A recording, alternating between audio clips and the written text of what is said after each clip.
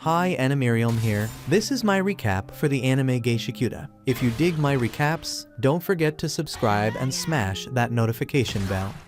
Rudo was just another poor bastard living in the slums, regularly breaking into the rich folks' junkyards to swipe anything remotely useful. But when he's falsely accused of murdering his foster father and chucked into the pit where all the world's garbage gets dumped, he finds himself battling monstrous piles of trash to claw his way back up and get some sweet revenge. Then we see the world he lives in is one hell of a divided place. On one side, there's the pristine, picture-perfect city where the rich assholes lounge around, living their best damn lives. On the other, there's the filthy slums, home to folks like Rudo. The one thing these two places share is the pit, a festering dump for garbage and criminals alike. The rich toss away barely damaged items without batting an eye, like the snobby mother who casually instructs her daughter to chuck a puppy toy she literally just bought because it got a tiny scratch. She coldly tells the kid they'll just buy a new one, because God forbid something looks slightly imperfect. The daughter agrees, and her mom heartlessly tosses the toy puppy into a garbage chute, sending it straight down to a truck parked in an underground tunnel headed to the massive trash heap. Little do they know, young Rudo is already lurking around down there, eyeballing whatever goodies these spoiled brats have tossed out. Sneaking into the trash collection area, Rudo slips into one of the storage rooms, but his luck sucks as usual. A nosy-ass guard hears a suspicious noise and immediately bursts in to catch him digging through the trash, pointing his gun at Rudo. The guard starts shouting, calling him a filthy degenerate who's ruining the city's beauty by hoarding garbage. Rudo doesn't even flinch, having heard worse insults every freaking Sunday. The guard sounds the alarm, and reinforcements arrive in no time. Fed up, Rudo hurls bags of garbage at them, and these neat freak guards completely lose their minds at the sight of some raw eggs staining their precious uniforms, freezing up uselessly as Rudo scrambles up the vent and escapes. Rudo pops out of the vent close to the exit, but of course, the gate slams shut right in his face, and more guards flood in, guns blazing. But Rudo effortlessly dodges their bullets like a Parker expert, then charges straight toward the exit, and he stays perfectly safe because the guards clearly sucks at shooting. Just as he's about to leap over the wall, one lucky shot grazes his arm,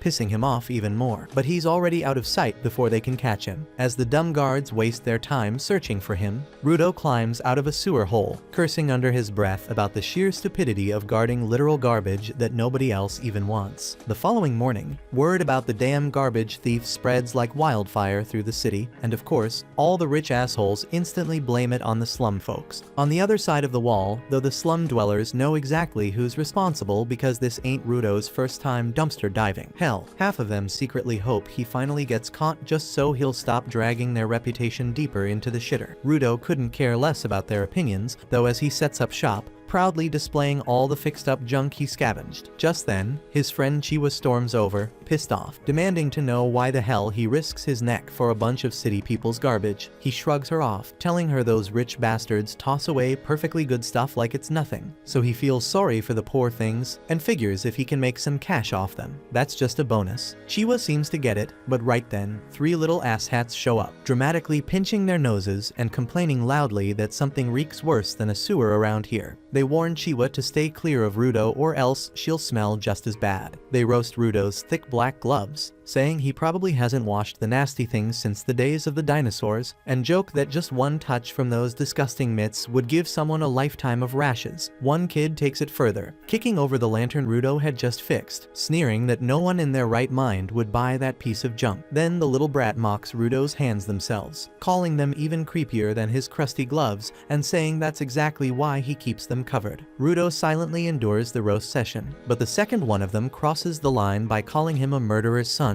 His patience snaps, and his eyes flare with sudden rage. Yet they keep running their mouths, saying the slums were built to cage criminals, and all the residents here are just their messed up descendant. That's why most slum dwellers try so hard to keep their reputation clean, and Rudo's foster father tarnished that reputation by committing murder. At that point, Rudo unleashes a death glare so intense, the kids damn near shit themselves, scrambling away while shouting insults from a safe distance, claiming Rudo will end up just like his father. Rudo just just quietly gets back to fixing the lantern, and Chiwa steps closer, softly reassuring him that she knows deep down he's a good guy and nothing like his father. Rudo immediately gets awkward and red-faced at the compliment, but before he can even stutter out a thank you, Chiwa's eyes catch sight of the puppy toy he'd grabbed from the dump last night. Turns out he'd picked it specifically as a gift for her, hoping to finally level up his pathetic-ass charisma stat. But just as he's about to hand it over, Chiwa's mom storms in, interrupting his moment and dragging Chiwa away before he can complete his cute mission. After that awkward-ass moment, Rudo heads back home only to find his adoptive dad Ragto chilling there waiting for him. Ragto immediately starts clowning him, perfectly mimicking Rudo's nervous fumbling when he tried handing Chiwa the puppy. Rudo goes bright red, embarrassed as shit because he had no clue Ragto was watching the entire disaster unfold. Ragto laughs it off and says they'll discuss his pathetic love life later, but first he needs to talk about Rudo's latest junkyard adventure. Ragto gently reminds him there's no need to push himself so much, as they're not completely broke. He figures Rudo probably feels indebted because he adopted him after Rudo's biological dad got thrown into that hellhole for murder. Rudo quickly insists that's not how it is. He genuinely thinks of Ragto as family and is just doing his part. With a knowing smile, Ragto advises him to be equally honest with Chiwa, causing Rudo to fluster so badly that he accidentally reopens his wound from the gunshot last night. So Ragto instantly tends to him, carefully applying first aid and changing the bandages on his hands as well. Looking at his scarred up hands, Rudo remembers they've been screwed up for as long as he can recall. Everyone always judged him for it, and sometimes they'd randomly hurt like hell for no damn reason, until Ragto hooked him up with those black gloves, which somehow magically eased the pain. After finishing up the bandaging, Ragto bluntly tells him he better hurry and confess to Chiwa before some other asshole steals her away. As they bicker and joke around, some creepy bastard wearing a mask listens silently from the shadows outside, spying on their entire conversation. The following morning, Rudo finally gets off his ass, builds up the nerve to confess, grabs the puppy toy, and heads straight to Chiwa's place. But of course, shit never goes smoothly, because along the way he stumbles onto a scene that's sadly not uncommon around these parts. At the slum's edge is the infamous pit, the dumping ground for garbage and hardcore criminals. Today they're throwing another poor bastard down into that godforsaken hole. Rudo watches, unable to look away, wondering just what the hell actually happens to people who get tossed in there. Out of nowhere, Chiwa pops up right beside him, commenting casually about how messed up the scene is, nearly making Rudo jump out of his skin because he wasn't mentally prepared to see her yet. Completely oblivious to his panic, she casually continues chatting about the executions and other messed up shit before suddenly turning serious, telling him she doesn't want to see his dumb ass thrown down there. She admits there might be valuable stuff in that garbage pit, but it ain't worth risking his life over. Rudo quietly mutters that Ragto said the same exact thing, and with a gentle look, she tells him that's because Ragto also genuinely cares about him. It takes Rudo's potato-powered brain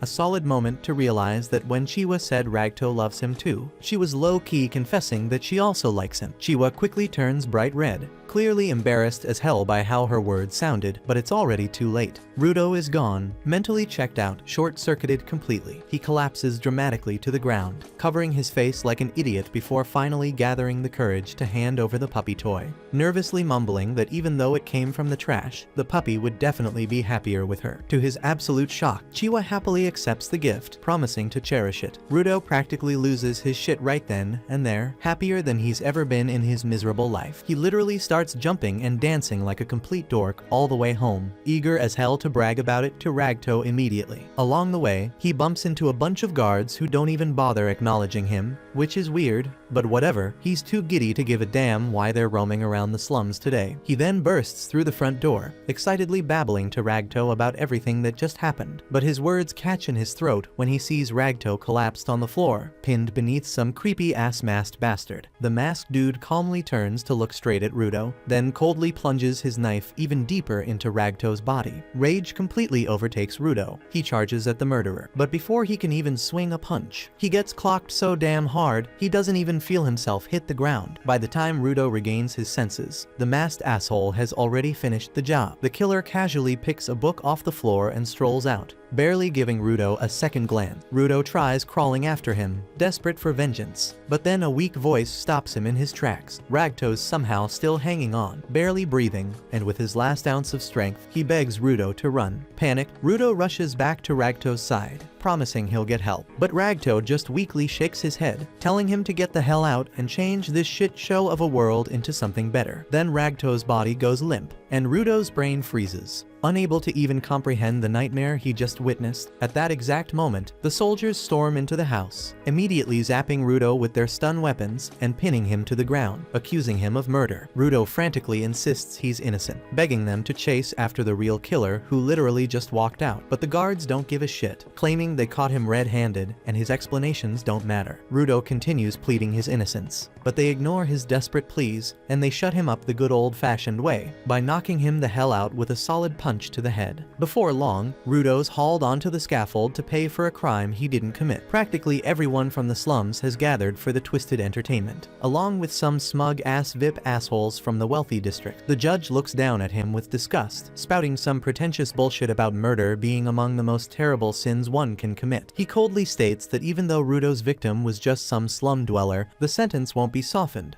Death by tossing him into the damn pit. The crowd goes wild with approval, cheering like they're watching a freaking football game. Rudo still can't wrap his head around this nightmare and desperately searches for even one face that believes his innocence. His eyes lock onto Chiwa standing in the crowd. He shouts at her, desperately pleading that he didn't kill Ragto, begging her to find the real bastard responsible. But Chiwa coldly shuts him down, saying she trusted him once, but he betrayed that trust. She bitterly calls him nothing but a son of a murderer after all, tossing the puppy toy aside as she turns her back on him. Her betrayal cuts deeper than any of the other shit he's been through, and something inside him snaps. Rudo loses his cool completely, furiously yelling back at the bastards calling him trash. He screams that they're the real garbage here, brainless sacks of meat without the guts or the will to see the truth. He vows he'll drag every last one of them straight to hell, but right then he notices the creepy masked murderer standing casually in the crowd, enjoying the show. But before he can shout out the truth, though they shove him off the edge. The fall feels endless, and Rudo eventually blacks out, thinking he's done for good. But luck's weirdly on his side today because he lands in the massive heap of garbage at the pit's bottom, unharmed except for his shattered pride. As he slowly regains consciousness, he wonders how in the unholy hell he's still breathing. Then the smell hits him full force, and even a seasoned trash connoisseur like himself gags uncontrollably, almost passing out again from the stench alone. When his eyes finally adjust, he takes in the sheer, endless ocean of filth stretching out in front of him, seeing shit he's never seen before mixed in with familiar junk. He's still wondering what kind of messed up place he's landed in when suddenly an enormous shadow looms over him, blotting out the little light available. Rudo turns around and holy shit, standing before him is a monstrous creature made entirely out of trash, glaring down at him with massive, disgusting fangs ready to rip him apart.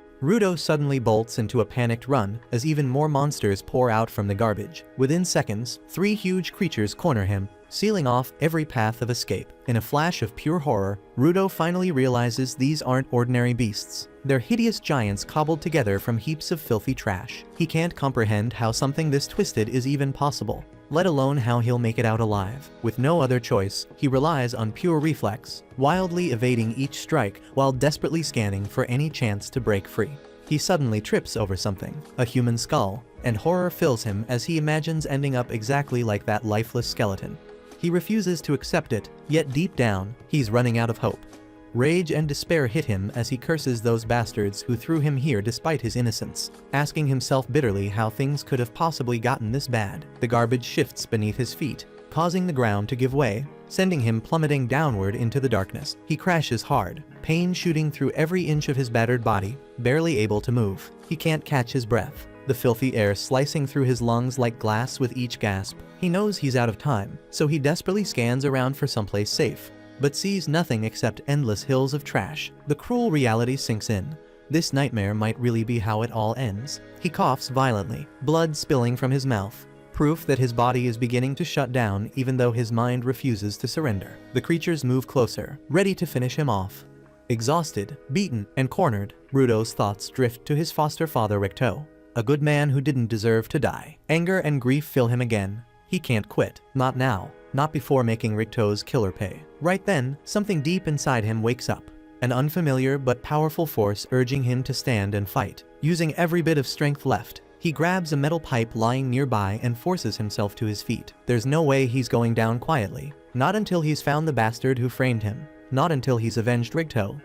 With all his fury channeled into one last swing, Rudo smashes the monster back, knocking it violently off balance. Elsewhere in the vast sea of garbage, a peculiar guy holding an umbrella casually observes Rudo's desperate fight through a pair of binoculars, but we'll find out who this dude is soon enough.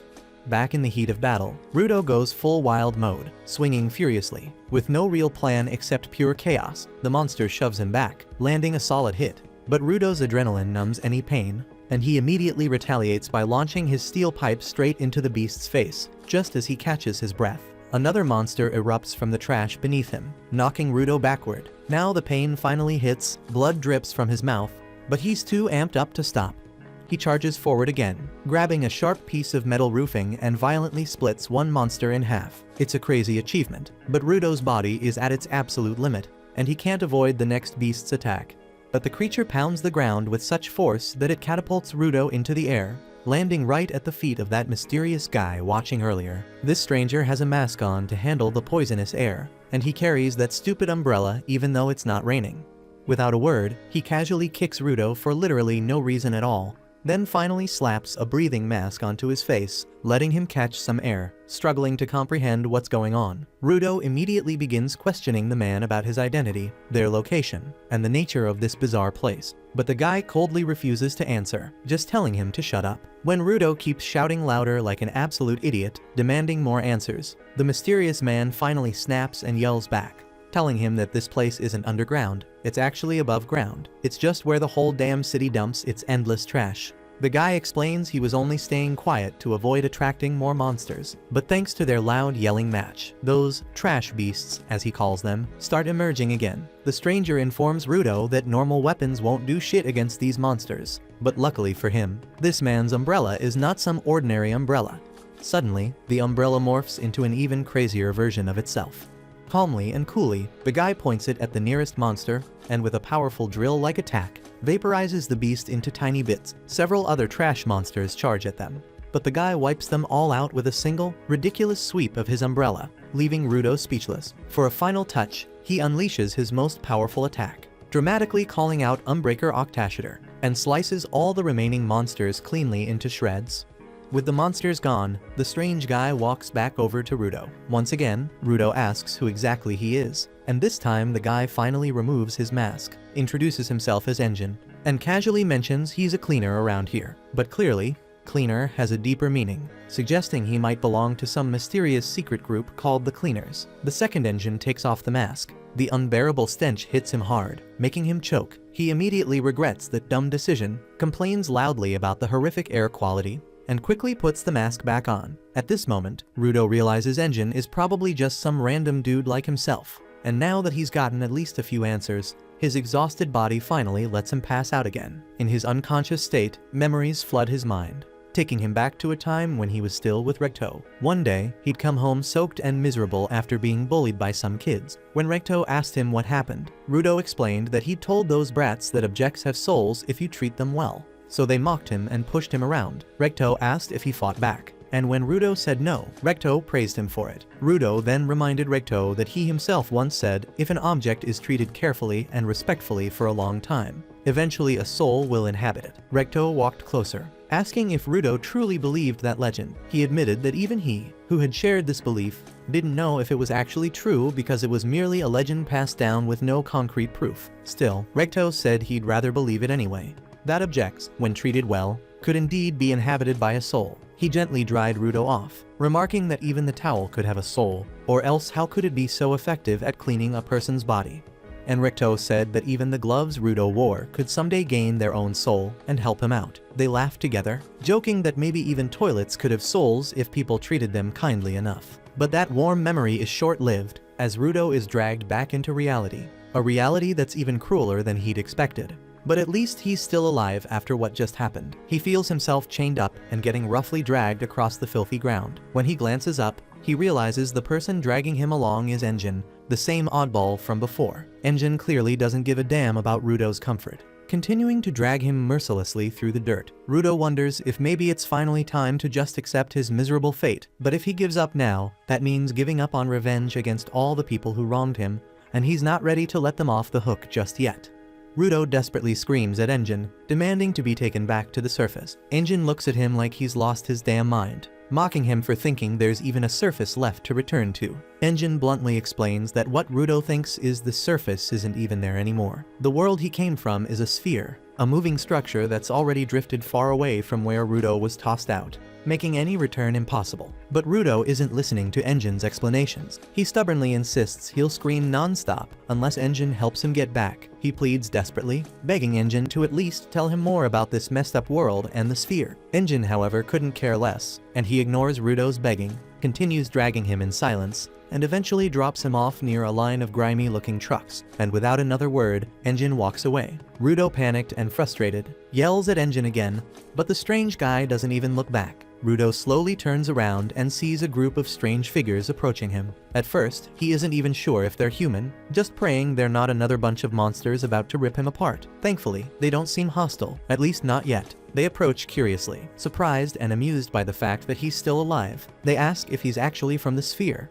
and when he confirms it, they excitedly remove their masks and hurry closer. They reveal it's been forever since they found someone from the sphere who wasn't already dead, so seeing one alive shocks them completely. One of them kindly steps forward, pretending to help Rudo by removing the chains.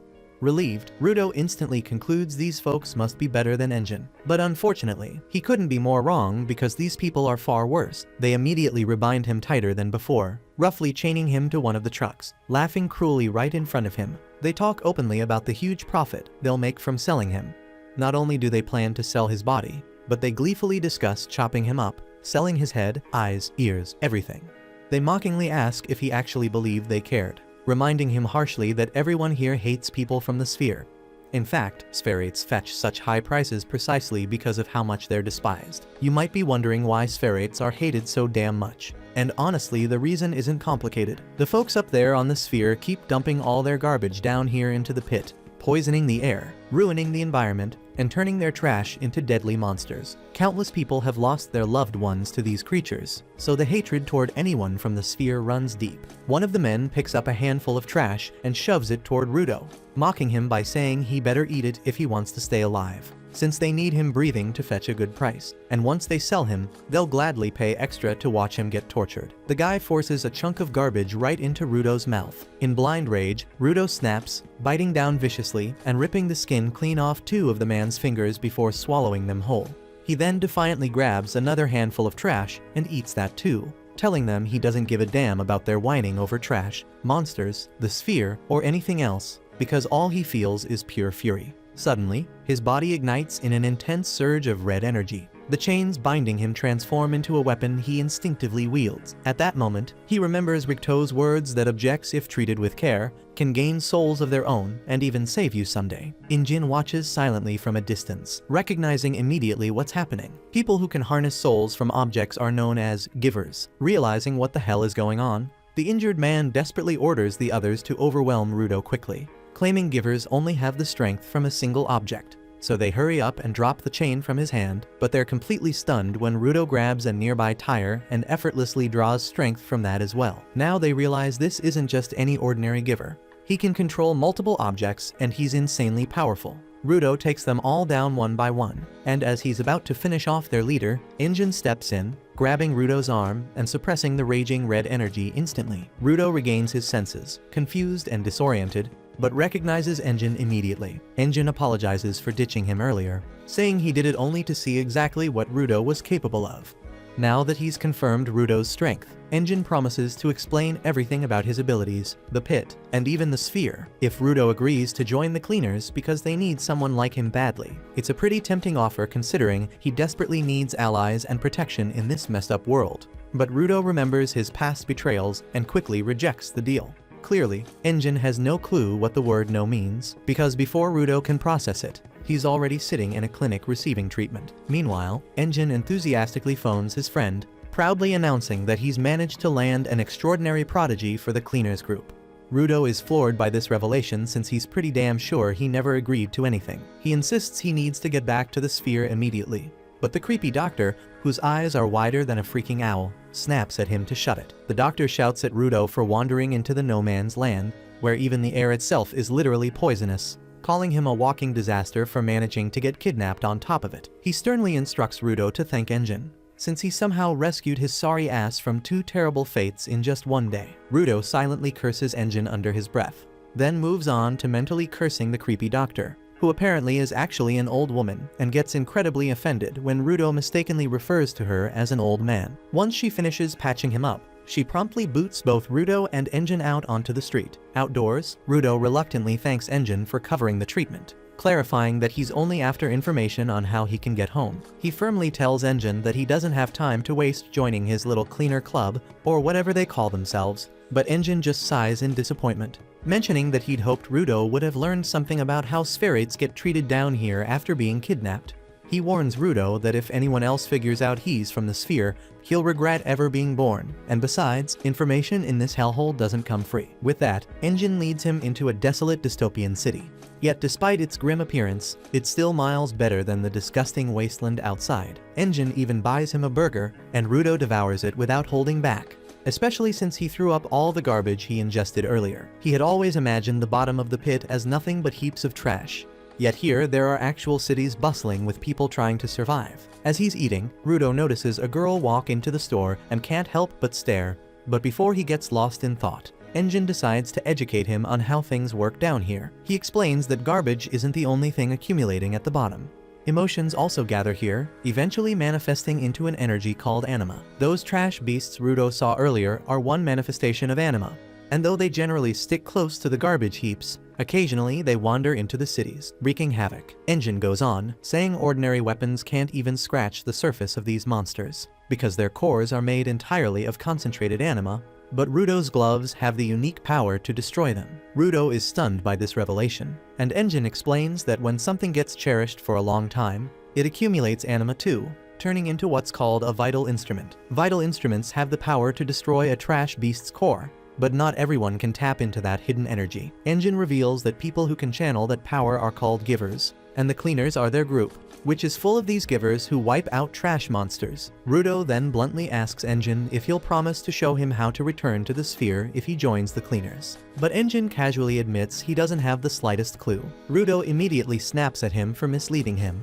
but Engine calmly reminds Rudo that he never said he knew how to get him back. Yet Engine assures him that their boss is extremely wise and might know a way home. Rudo is pissed because now he's stuck needing to meet Engine's boss before deciding anything. But then Engine suddenly asks about his gloves. Rudo hesitantly reveals that his father gave them to him, and they're the only keepsake he has left of him. Engine finally understands why he cares so deeply about those raggedy old gloves, and sincerely tells Rudo to take good care of them, because they've got a powerful soul residing inside. Rudo feels a wave of emotion, remembering how everyone else always ridiculed him about his gloves. But before the moment sinks in, Engine gets a message and says he has to meet up with a coworker. As Engine starts to leave, Rudo quickly stands up and awkwardly thanks him for everything he's done. In response, Engine casually tosses a pouch of money toward him, warning him to be careful how he spends it. Rudo can't believe Engine is just giving him cash after everything else he's done for him. But Engine brushes it off, explaining it's no big deal because he just sold Rudo's sphere clothes for the money. That's how he could afford his medical treatment and food. So Rudo doesn't even need to thank him. Rudo completely loses his shit upon hearing this, but Engine just shrugs and says that Rudo couldn't have walked around the city dressed in sphere gear anyway. Engine then announces he's off to see his trainer and instructs Rudo to stay put and wait patiently. Rudo is still fuming over Engine's carefree attitude when suddenly he sees a sneaky cat grabbing his money pouch and darting away. He immediately bolts after the thief, but the cat easily outruns him. Fortunately, he notices a crescent moon-shaped stick lying on the street and grabs it without hesitation, using it to skillfully stop the cat in its tracks. Just as he finally pins the cat down, the staff's owner suddenly appears, furious at Rudo for trying to swipe his precious stick. Rudo gets baffled and asks what's so special about this dumb piece of wood anyway, which only makes the guy even more enraged. He quickly snatches back his staff and shoves Rudo aside, warning him that he's about to pay for his crimes. But before anything else, the guy gets a bit too intimate with his stick, leaving Rudo utterly confused. At that moment, Rudo spots the cleaner emblem, the same one from Engine's umbrella, and realizes that this guy is also part of the cleaners. The man then activates the hidden power of his staff, turning it into a legit weapon, and takes a swing at Rudo. Thankfully, he intentionally misses since Engine already filled him in about Rudo earlier. Calming down, he introduces himself as Zanka, explaining that Engine asked him to handle Rudo's training. He sighs, saying he never expected he'd have to teach a brat basic manners like not stealing other people's stuff. But Rudo defensively explains that he was just borrowing the stick to get his cash back from the cat. Zanker remarks that Rudo's dad probably didn't raise him right, and that immediately pushes Rudo's buttons, because insulting Rikto is the one thing he can't tolerate. Yet, as anger boils inside him, Rudo suddenly recalls something Rikto once told him. If you really want someone to hear you out, step back first, and try seeing things from their perspective. Taking a deep breath, Rudo admits to himself that Zanka has every right to be mad. After all, he took his precious treasure without asking. He imagines how he'd feel if someone took his gloves even accidentally, realizing it really was his own fault. So swallowing his pride, he sincerely apologizes to Zanka. The guy immediately chills out too, quickly reassuring Rudo that it's no big deal since he got his staff back, and admits he should have reacted more calmly himself. Honestly, Rudo is completely floored by how fast Zanka's personality flipped. Plus, this was the first time he'd ever managed to defuse a tense situation just by talking. He can't help thinking Rikto might have actually been right about more stuff than he realized. Zanka then helps him stand up and casually asks about his vital instrument, wondering what kind of ability it has. Rudo replies that his gloves are probably his vital instrument, but confesses he doesn't really know what kind of power they've got yet. Zanka carefully checks out Rudo's gloves and genuinely compliments them, saying they're actually pretty badass. But Rudo is still hung up on how wildly different Zanka suddenly seems. It hits him that maybe it's because he's smiling now, recalling that Rikto always told him smiling is key to making friends. But unluckily, smiling isn't exactly in Rudo's skill set, and frankly he'd probably need a plastic surgeon just to teach him how to properly flex those facial muscles. Even more unluckily, Rudo doesn't know this, so he bravely attempts his best imitation of a human smile. But instead, he delivers possibly the most horrifying expression Zanka has ever witnessed on a human face. Zanka immediately snaps again, demanding to know what the hell kind of face Rudo's trying to pull. He angrily asks if he's mocking him with that freakish look, and Rudo defensively questions why Zanka's mad this time, insisting that this was literally the best smile he had in him. Zanka replies that even someone blindfolded would know that abomination wasn't a smile, prompting Rudo to close his eyes and lips this time, hoping it'll look more natural. His expression is marginally less terrifying, but it's nowhere near enough to stop Zanka from being annoyed. Zanka thinks that Rudo must be feeling cocky after Engine called him a genius, so now he's blatantly mocking him. He warns Rudo that he'll never achieve his goals if he keeps acting like a clown, but that was exactly the line he shouldn't have crossed. Suddenly, Rudo's mind flashes to his goal of returning to the sphere and fulfilling Rikto's final wishes. So he firmly tells Zanka that he's dead serious about all of it. He demands Zanka stop insulting him, prompting Zanka to whip out his weapon again, stating bluntly that they're probably not gonna get along after all. Rudo completely agrees, grabbing a random metal rod from a nearby trash bin and instantly awakening its hidden power. Zanka's jaw nearly drops seeing Rudo casually turn some random piece of junk into a vital instrument, finally understanding why Engine was raving about him being a genius. However, Zanka is still confident that someone with just raw talent won't be able to take down even an average guy like him, who's busted his ass to reach this point. Rudo doesn't even realize that Zanka's trash talk was a distraction until the staff suddenly crashes down inches in front of him, forcing him to dodge frantically. Zanka immediately charges, relentlessly chasing Rudo until he finally pins him to the ground, satisfied with his victory. But then Zanka feels something weird on his face. He swipes it off, and out of sheer curiosity sniffs it, only to discover to his absolute horror that it's literal shit. He freaks out upon realizing that the metal rod Rudo randomly grabbed was actually the handle of a damn toilet plunger. Zanka frantically tries to explain what the hell a plunger even is, but Rudo isn't in the mood for explanations. Instead, he wildly swings around his newly awakened plunger, still dripping with someone's unfortunate leftovers. Zanka absolutely loses his mind, frantically dodging flying shit like it's a live grenade. And soon enough, he's sprinting away from Rudo at full speed. Rudo has no clue why Zanka is suddenly terrified, but he figures he might as well roll with it, gleefully chasing him down while swinging his plunger weapon around. After several frantic minutes spent zigzagging through random alleyways like a damn episode of Tom and Jerry, Zanka finally makes it to the main street, still pursued closely by Rudo. Just then, a random cat darts in front of Zanka, causing him to stumble and lose his balance, giving Rudo the perfect chance to catch up. Rudo leaps high into the air, swinging his plunger with every ounce of strength he has. As the terrified Zanka watches in slow motion horror, he gets completely blasted by a relentless barrage of airborne poop, knocking him clean out. A little while later, Engine shows up to see how they're doing. When he casually asks Rudo if he's already met his new teacher, Rudo simply points toward Zanka, who's currently lying unconscious atop a garbage pile, twitching and spasming like he's been possessed. Engine helps Zanka get cleaned up and gives him a lift.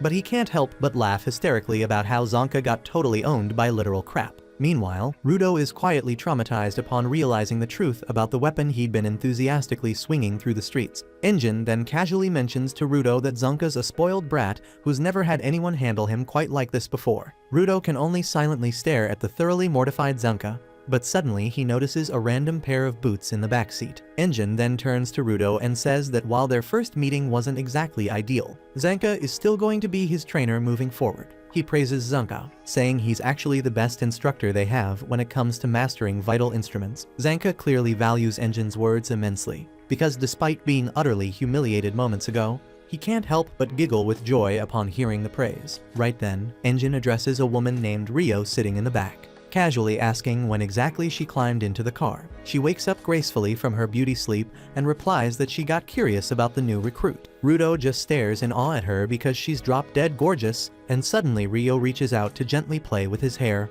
fascinated by its unique color and texture. Rudo feels like he's accidentally stumbled into paradise, completely mesmerized by the attention of a hot girl toward him. While he's lost in his dirty, dreamy thoughts, Engine smoothly drives out of the city, heading toward the cleaners' headquarters, nestled deep in the wild outskirts. A short while later, Engine rolls past several wrecked towns and steers straight into a reinforced tunnel carved right through a towering cliffside. Once they emerge on the opposite end, everyone climbs out of the vehicle, and Engine calmly announces to Rudo that they've arrived at the cleaners' main base. Rudo's mind is still wandering from Ryo's earlier awkward hair-playing session, but as he approaches the building, a couple of irritating flies start swarming close. Inside, a hot black receptionist sits calmly flipping through an adult magazine without a care in the world. Engine introduces her to Rudo as Semiyu, explaining she's responsible for checking out all the new recruits. But just as she's about to demonstrate her skills, she suddenly lunges forward with a fork, effortlessly skewering the two flies buzzing near Rudo's head. Rudo stands there stunned, mouth hanging open, as Semiyu casually greets him. She says Engine filled her in on all the details, but she still needs to give him a personal once-over to gauge his potential. As Semiyu starts focusing deeply through her glasses, Engine explains they're her vital instrument and they amplify her vision, letting her literally see what people are made of. Rudo's surprised by this revelation, but doesn't have time to process it, because Semiyu activates her power, peering into his hidden potential. What she sees shocks her enough to quickly deactivate the ability. Engine then asks if everything's alright, and Semiyu brushes it off, simply saying Rudo's athletic enough already, and that he has a decent bond with his vital instrument, though he'll definitely need some practice using it. Engine senses she's holding something back, and Semiyu casually admits there's some poop on the back of Rudo's neck. That shit makes Engine burst out laughing, leaving Rudo utterly embarrassed. But then as he walks Rudo away to meet the boss, he throws one more glance back at Semiyu,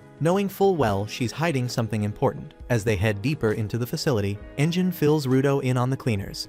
They've got about 100 members in total, including fighters, guards, and support personnel. Most are scattered around on missions, so not many are actually present at headquarters. Engine assures Rudo he'll eventually meet everyone. But as he opens the common room door, he sees a whole crowd of cleaners gathered, and they look like a bunch of psychos. So he awkwardly slams the door shut again, deciding introductions can definitely wait. Finally, they arrive at the boss's office, but before entering, Engine advises Rudo not to immediately ask how to return to the sphere, and he suggests offering his services as a cleaner first to gain favor. Engine also warns him not to mention anything about the boss's vital instrument, as nobody knows what it actually is or what it does. Naturally, Rudo's curiosity spikes, but when they enter the room, it's completely empty. Right then, Semiyu pops in and tells them the boss is away on a mission and won't return for a few days. Rudo's confused by this, but Engine casually explains it's pretty normal around here, and he'll just have to wait. That makes Rudo fuming, and he wonders what the hell he's supposed to do in the meantime, when Rio suddenly shows up, smiling and inviting him to tag along with her instead. She clarifies that he can't officially become a cleaner until the boss approves him, so for now, he can just tag along as her trainee, an arrangement she's happy with since she wants to get to know him better. Rudo's brain momentarily short-circuits because he's never had this kind of female attention in his entire sad life, and without a word, he obediently follows her like a good boy. They head straight to the strategy room, where Semyu briefs everyone that a small town near a polluted zone has urgently requested help after spotting small trash beasts nearby. Rudo is puzzled, asking what exactly these polluted zones are, causing Semyu to realize Engine didn't even bother explaining the basics to him. She sighs and gives Rudo a quick rundown. The land is divided into safe zones, where humans can survive normally, and garbage-infested polluted zones, home to the dangerous trash beasts. She adds that the place Rudo first landed was a no-man's land, an especially toxic polluted zone where stepping foot usually means instant death for most people. Semyu then tosses Rudo a mask, sternly telling him he absolutely needs to keep it on whenever he's in the polluted zones. Without it, he'd choke on poisonous gases and drop dead in under 15 minutes. A little later, Rudo joins Rio and her team for the mission, with Rio firmly reminding him to stick close so he can learn properly. Still feeling uneasy about everything, Rudo starts panicking internally, wondering just how long he'd been breathing in poison back in the no-man's land.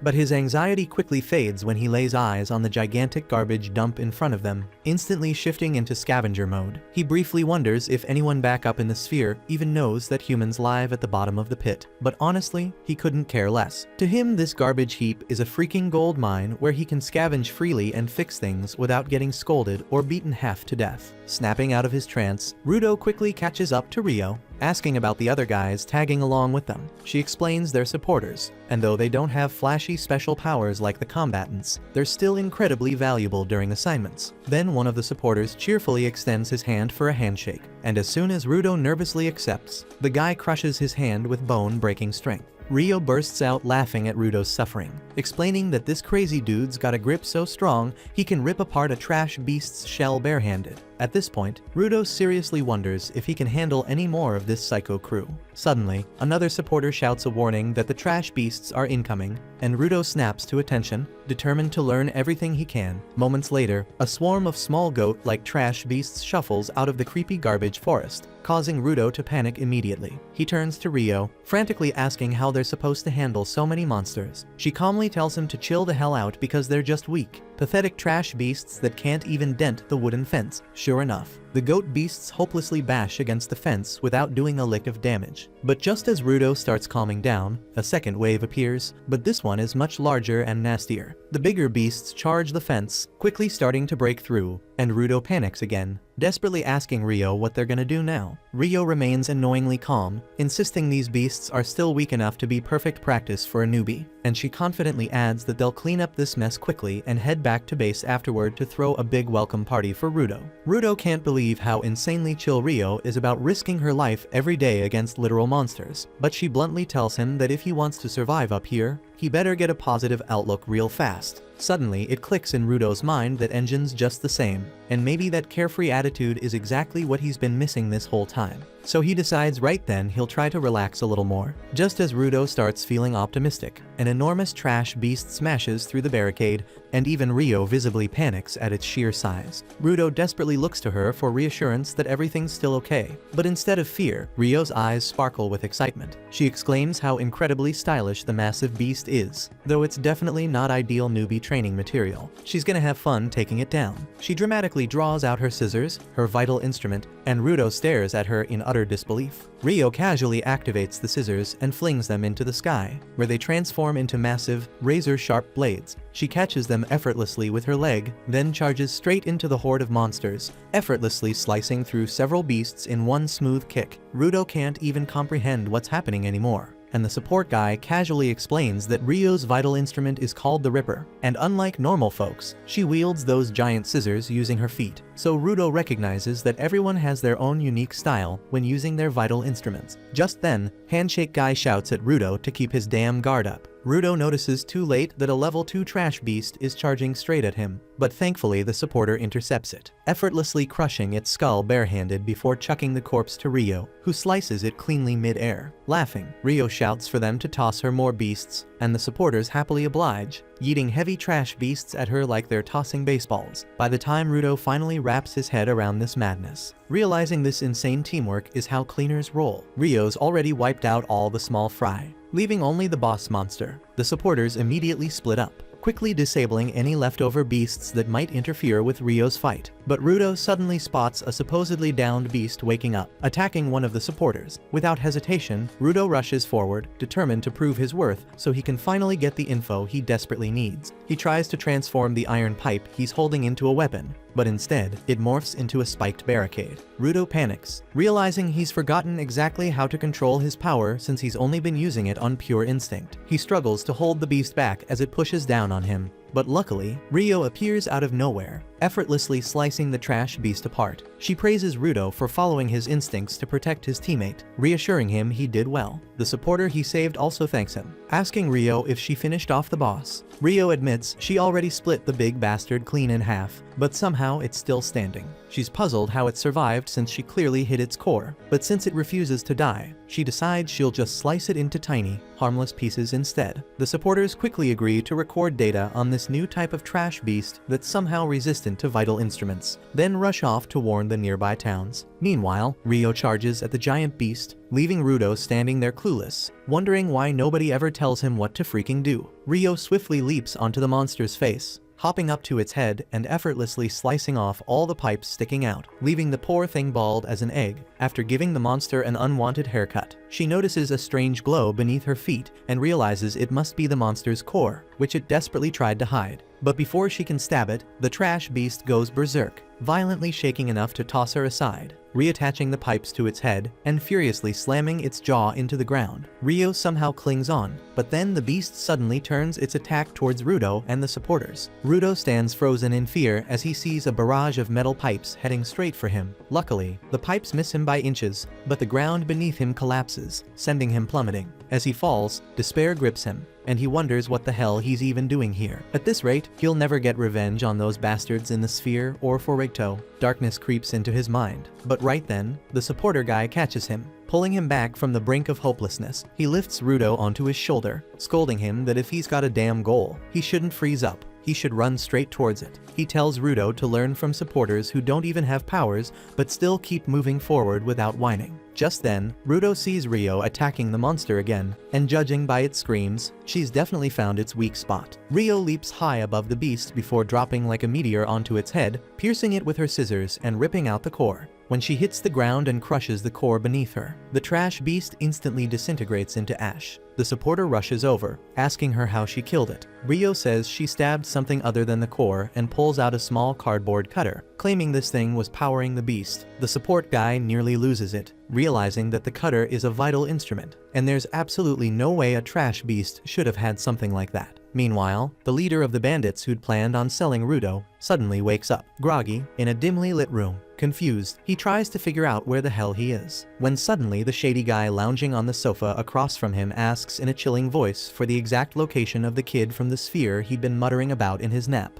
Later at the Cleaners HQ, Ryo throws together a welcome party for Rudo. The mood is lively enough until Zanka shuffles in, still groggy and stretching after napping most of the afternoon away. Spotting the food and noise, he asks Ryo what the whole fuss is about. So Ryo tells him they're celebrating Rudo's first proper day out in the field. But across the room, Rudo isn't joining in. He's hunched in a corner, head lowered, clearly not in the mood. Zanka frowns at the sight and asks why the cheeky kid looks so beaten down. So Ryo says that ever since his vital instrument failed him in the middle of a fight, his confidence has taken a hit. Zanka says that's rough and pivots to the report about Ryo encountering a strange trash beast. She confirms it, saying that rather than an anima core, the creature's heart was a vital instrument, a discovery none of them anticipated and nothing their training covered. Since there was nothing she could do right then, Ryo left the issue to the higher ranks and headed back to set up the party. At the same time, Rudo keeps brooding until the support team's chief arrives to speak with him. The man gives his name as Gris and tells Rudo he did well yesterday. Rudo insists he did nothing, but Gris points out that he protected a fellow supporter from a trash beast. Rudo adds that afterward his power would not answer him, and Gris and Ryo had to pull him out. He is sick of it, because back on the sphere he kept slipping, and Rigto was always covering for him. Rudo calls himself a complete letdown who will never meet anyone's expectations, but Gris suddenly thanks him, breaking that line of thought. Gris says most newcomers in the Cleaners treat supporters like nobodies with no real power, but Rudo did not. He brings up Follow, the one Rudo saved. Follow joined trained to be a combatant, but without a vital instrument, he is serving as a supporter, guarding a cherished item he hopes will become his weapon one day. Gris tells Rudo not to obsess over getting stronger or chasing other people's expectations. He asks what Rudo always wanted, even before everything went wrong on the sphere. Rudo thinks hard, and Gris says if he finds whatever first woke the fire in his soul, he will be able to find his way again. Then he gently pats Rudo's head and tells him to have faith in himself. That simple gesture hits Rudo harder than any words, and his emotions overwhelm him because that warm pat on the head was something his father used to do for him. So tears threaten to spill, but suddenly Injin walks over, drapes an arm across his shoulder, and ruins the emotional mood. He asks why Rudo has not touched his food,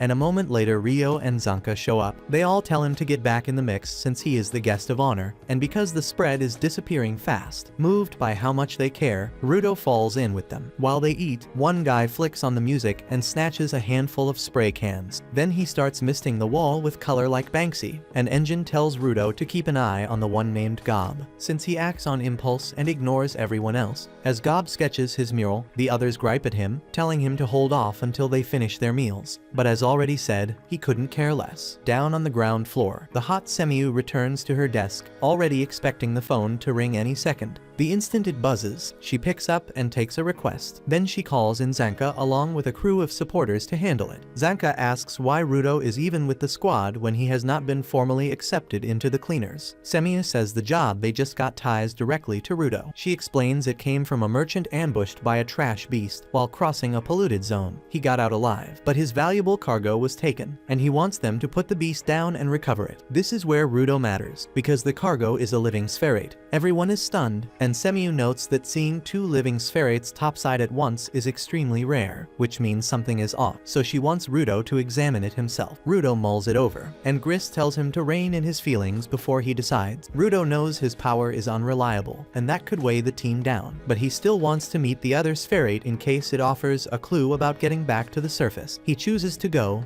and Zanka is not thrilled, but Semiu knows exactly how to win him over. She says the assignment was meant for Injin, but he is tied up on another job right now, and he said he trusts Zanka to take it. That is all it takes to flip the #1 Injin fan, and he cheerfully leads the team into the polluted zone. As they move along, Rudo asks Gris whether he goes without a weapon, and Gris replies that he does carry a knife, though he trusts his own hands more. One of the supporters chimes in that Gris actually keeps a talisman he prays over often, and Gris reddens, embarrassed that the secret slipped. He decides to show Rudo the charm, saying it is nothing remarkable, but it gives him something to hold on to. Right then, they spot a spooky-looking girl standing behind them. The spooky girl claims she is the merchant who hired them for this job, so Rudo immediately fires questions about the spherate, and the merchant says she was hauling her luggage when she stumbled upon an unconscious spherate. Worried for him, she picked them up to carry them away, but a trash beast attacked and made off with the spherate. Rudo presses the merchant, asking if she intends to sell the spherate, and she rejects the charge, saying she does not want that and is simply very curious about spherates. Zanka thinks the tale reeks like the dump they are heading toward. Trash beasts attack humans on sight, and they do not go out of their way to kidnap one. He decides something is suspicious, but will deal with it when the time comes. The merchant then leads them to the building where the trash beast ran after abducting the spherate. Zanka then tells everyone to stay on guard because the creature could strike from any direction. But when they step inside, the place is bare except for a single figure at the far end. The merchant says that it is the spherate and starts pushing Rudo toward them, and the other cleaners end up shoved along too. Once they get close enough, Rudo realizes it is not a person at all, but a doll dressed like a spherate. Yet it is already too late as the merchant hops backward, telling them to hurry. The very next moment, the floor beneath Rudo's feet turns to mud, and the whole group plunges to the level below. They ask themselves what just happened, and the merchant asks whether they are alright. They answer that they are fine and ask what this place is and where the spherate is. The merchant gives a creepy laugh and points at Rudo, saying he is the spherate. Then she turns to mud and melts away. Right then, two voices hail the spherate giver, and a pair of violet electric glows glide toward them out of the dark. Zanka pieces it together on the spot, mostly because of those purple crackling lights. He knows the crew behind this are the raiders, and they are not even pretending to hide that they intend to snatch Rudo from the cleaners. Rudo, thrown by this new bunch of oddballs, hears Gris explain they are this world's bandits. And the part that makes them lethal is that all of them are givers too. He orders his squad to carve out an exit, while he and Follow will shield Rudo. He assigns Zanka to deal with the two raiders alone, and though Zanka hesitates, he sees there is no alternative. The supporters bolt the other way at once, and Gris tells Rudo to stick with them. Rudo says he could handle a pack of bandits himself, but Gris warns him not to discount the raiders, especially when they do not know what gifts they carry. Elsewhere, Zanka needles the raiders, saying he always figured they would come for Rudo, though he did not expect them to track him this fast. He asks if they intend to sell him, since a living spherate could fetch enough coin to retire in comfort. The raiders laugh and say they are not planning to sell Rudo. Rather, they are hungry for knowledge about the sphere, and a spherate is the best source they could ask for. They want answers to a lot of things, especially how he crossed the barrier and lived. Zanka is curious about the barrier claim too, but he decides to finish the raiders quickly. He says that since they orchestrated this whole setup, he does not need to worry about a trash beast. The female raider answers that he still needs to worry about the mud dolls she can create whenever she likes, and Zanka says he can swat weak targets like that with his eyes shut. He then snaps his staff to life and starts wiping out the mud dolls, but the male raider blends into the decoys and strikes from behind, and Zanka barely twists in time before the punch slams him hard into the column. Once more the man ducks into an earthen decoy, and the female raider sneers that cleaners only ever brawl with trash beasts, so they have no clue how to handle people. She tells him this is the last round of Find the Real One he will ever play, and Zanka braces himself and throws in everything he has. He keeps smashing the clay puppets, yet the male raider keeps slipping in and punching him from behind. Zanka is boxed in now, and when he lunges for the female raider to put her down, his feet shoot out on a mud trap she laid beforehand. She says he is the only fighter in the crew who can challenge her, and once he drops, the rest will be helpless. She says his loss is only a matter of time, but Zanka barks that if she wants to keep running her mouth, she should start a podcast. He adds that at first he figured she was steering the mud puppets with that shovel while the guy used his vital instrument to dish out the damage, and after watching them a bit longer, he realizes that the first read was off. The man is just throwing punches, and his vital instrument looks like the snowshoes that let him move freely on solid footing. Now the smooth footwork despite all the muck underfoot makes sense, and he jeers at the pair, calling them a perfect little combo. The woman snaps at that and tells him to shut up, which he absolutely does not. He says he may lack experience fighting people, but he understands his own vital instrument far better than they do. That is why he can pull off things they cannot, and she lunges at him. Zanka then slams his staff into the floor, sending a wave of sound rolling through the chamber. He reads the changes in vibration as it ripples through the mud effigies, and the moment it runs through the one hiding the male raider, he pins his location. He bursts forward at full tilt and drops the man with a single hit, then clips the female raider as well. As she blacks out, her creations collapse at once, and Zanka mutters they were nothing but rookies. But suddenly, the raider's leader materializes behind him and says he should try someone stronger if he is still unsatisfied. At that moment, Rudo and the support team finally reach the exit door, so Gris pushes it open, revealing a narrow stairwell climbing upward. He immediately instructions the other supporters to head up and call for reinforcements, while he remained behind to check on Zanka's situation. Just then, a figure comes rushing toward them through the corridor, so they guess it must be Zanka, already done dealing with those two clowns. Instead, it's the enemy boss in the flesh. The boss starts studying Rudo closely with a measuring stare, verifying that the target is indeed him. He then vaults onto the doorway and pulverizes the surrounding masonry, sealing the exit as he identifies Rudo as the spherate giver. Gris cautions that Rudo is under the cleaner's protection, and crossing him makes you the enemy of all of them. The man shrugs off the warning, saying his atrocious sense of direction is the only reason he arrived late. He adds he never intended to give them this much breathing room and starts strolling toward them. When Gris asks about Zanka's whereabouts, the raider waves him off again and tells Rudo someone wants a word with him. The raider then wrenches off Rudo's mask, pointing out that there aren't any trash monsters here. When Rudo presses about Zanka, he says he went easy on him and only knocked him out, though the poison is probably giving him a rough time. He triggers his vital instrument, the rings on his fingers unfurling into razor claws, and warns Rudo to come quietly. Both supporters dive at him at once to try to hold him down, but he shrugs them off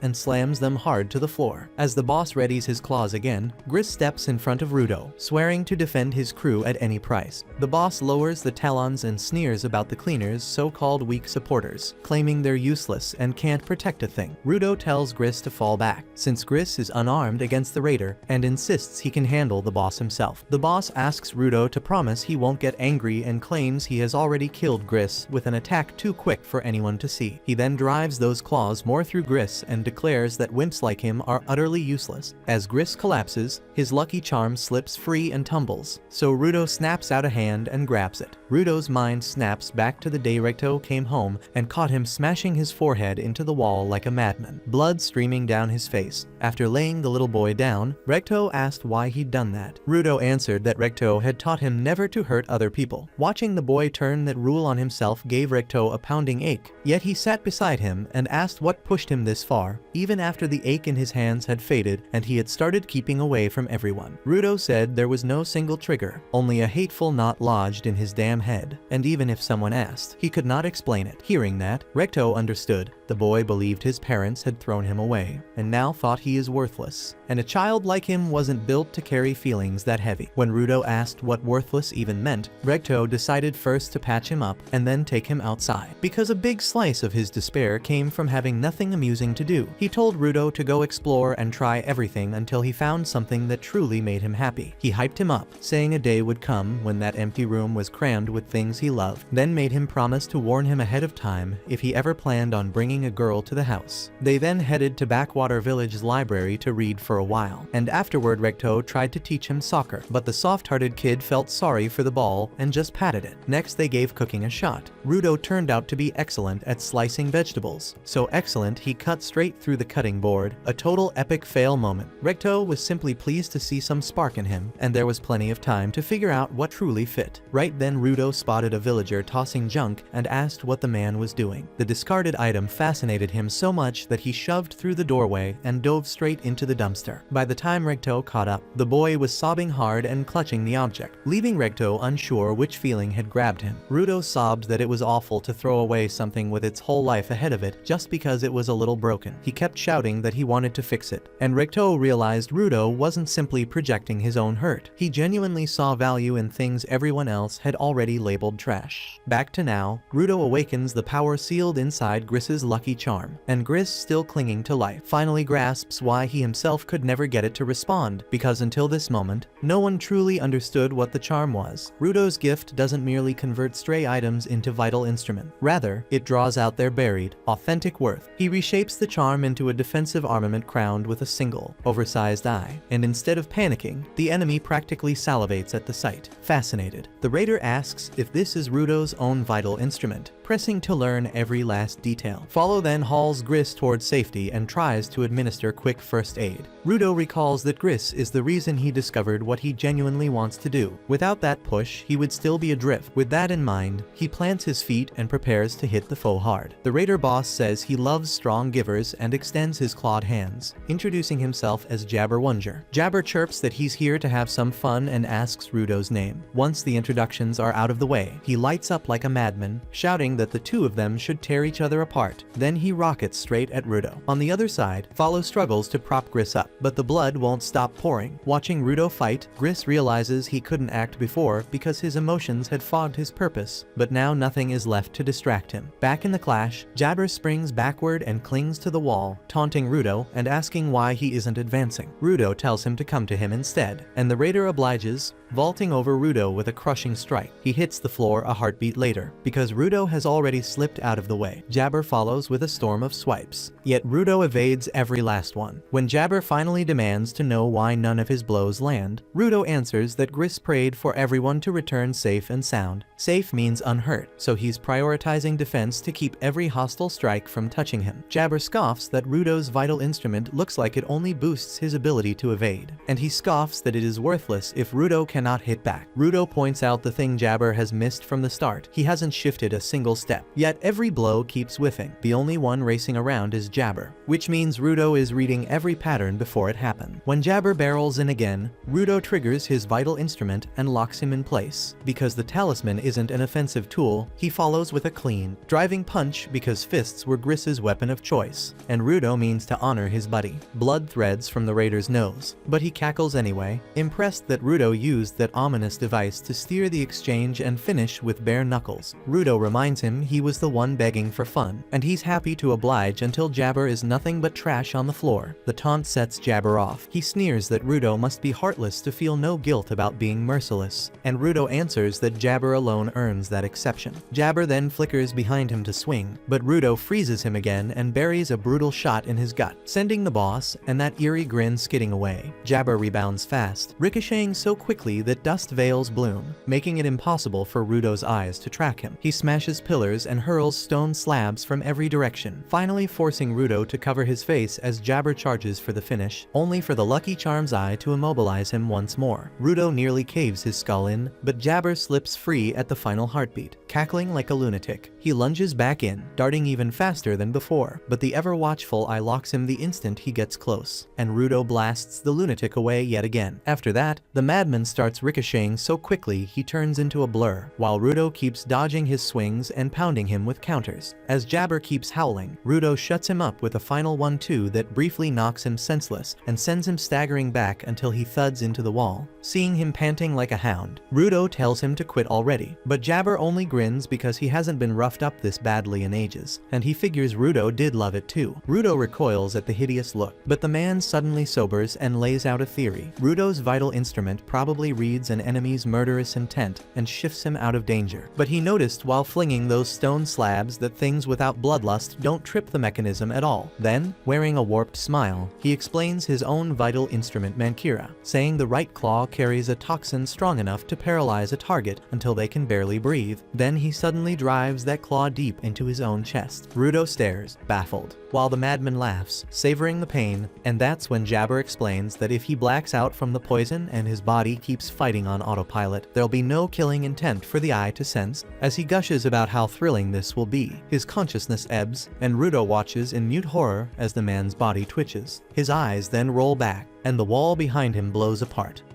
That concludes this episode. Thank you for watching.